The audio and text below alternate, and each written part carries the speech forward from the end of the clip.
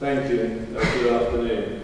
I'm going to start my stopwatch as well, but I'm not going to sing, to be very rude. I'm primarily here, I think, as a resident of Olney, a relatively recent one, and in my spare time, I'm a professor of law at Open University, and emeritus professor of jurisprudence at Queen's Belfast, where I worked during the Troubles and the peace process. When I left there, I had a chance of naming a university in Liverpool, which I called Liverpool Hope University College, a church merger. And if I hadn't called it Hope, which had lots of Liverpool connotations, I might well have called it Grace. But I've been fascinated by grace and hope all my working life. When I was appointed in Queen's Belfast, disappointed candidates, including David Trimble, thought that I was the beneficiary of reverse discrimination. You see before you a white, privileged, old man, and so on. They saw a Catholic. So that's some of the background where I'm coming from, and I say all that because I agree with what Professor Lee said at the start, when he was talking about when we talk about God, perhaps saying more about ourselves. That is how I was taught to view law. That when you give a view on a legal case, you're giving, the expression used at Yale Law School where I studied, is one view of the cathedral. And the reference is to Monet's studies of the cathedral at Rouen. I call it legal impressionism. You think you're painting the cathedral, but you may not be a very good painter. Or I might not like the picture, I might. But what I can tell is your perspective, where your vantage point was. And if we have different people painting from all around the cathedral, we build up a more holistic picture. But if we don't understand what a cathedral is for, we don't go inside, we don't worship within it, we'll never completely understand the cathedral. And so that's why question and answer sessions are important. It's important speakers stick to time, because all of our perspectives enrich our understanding of the cathedral and law. So I guess that's why I'm here. And I wanted to say that this very church featured in an ecclesiastical court case last year, 2021. And I have with me the complete judgment, which is only 5 pages. Those who were at the conference yesterday will know that I didn't print out the judgment in the 2022 case about Tobias Rustad's memorial in Jesus College, Cambridge, because it's over 100 pages. But this case is about a little exhibition idea and some changes to the way in which Newton is described in what we think of as his church. And you can't just do that without permission, authorization, or what's called a faculty. And you have to make an application. If it's contested, there will be a hearing.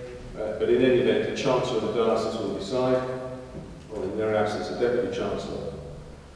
And not everybody has grasped that it was the same judge in those 2 cases. In 2021, it was David Hodge QC, who is the Chancellor of the Diocese of Oxford, but for all sorts of reasons, the Chancellor of the Diocese of Ealing stood down from the case in 2022, the Tobias Rustad memorial case, and it was heard by the Deputy Chancellor, who is David Hodge. Now, he loved the application here, which was without any disagreement. And if we had more time, perhaps in answer to questions, I could read you what he said. He's very complimentary about the whole church warden's approach, the church's approach, the parish's approach to it. He wasn't so keen on Jesus College, Cambridge's approach. And an easy thing to say is that, well, you would say that, wouldn't he? Because he was white. And when I was a student, a long time ago, in the 1970s, people used to say, if they didn't like a judicial decision, old white men, now including me, middle class, Oxbridge, whatever, they're all the same, they all decide in the same conservative way. I used to call that the Tory Ben thesis, because Tony Benn at the time was one of the most radical politicians, and he was old and white and male, in his case public schools and Oxbridge.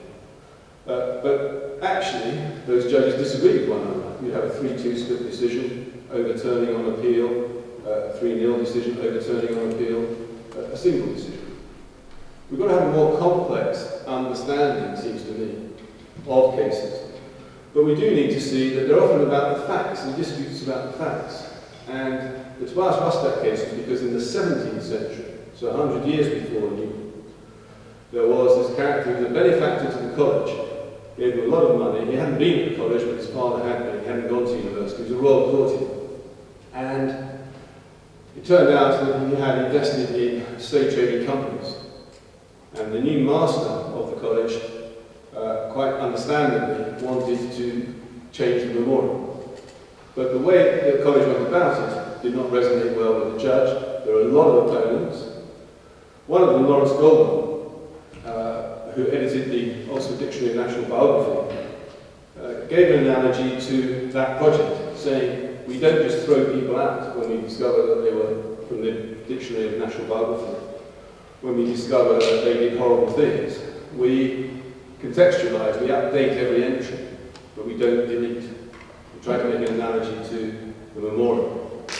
And one of the ways he put it was, if Rust that now, why not Cranmer? Because Thomas Cranmer has a memorial in that chapel, and is the most famous person associated with Jesus College, Cambridge, although it's slightly unclear exactly how all that worked. But Professor Goldman said, Cranmer was a murderous misogynist who'd shown violent hostility to religious freedom and all those who had rebelled against the English Reformation or had held to the old Roman Catholic religion and its ways, and so on and so forth.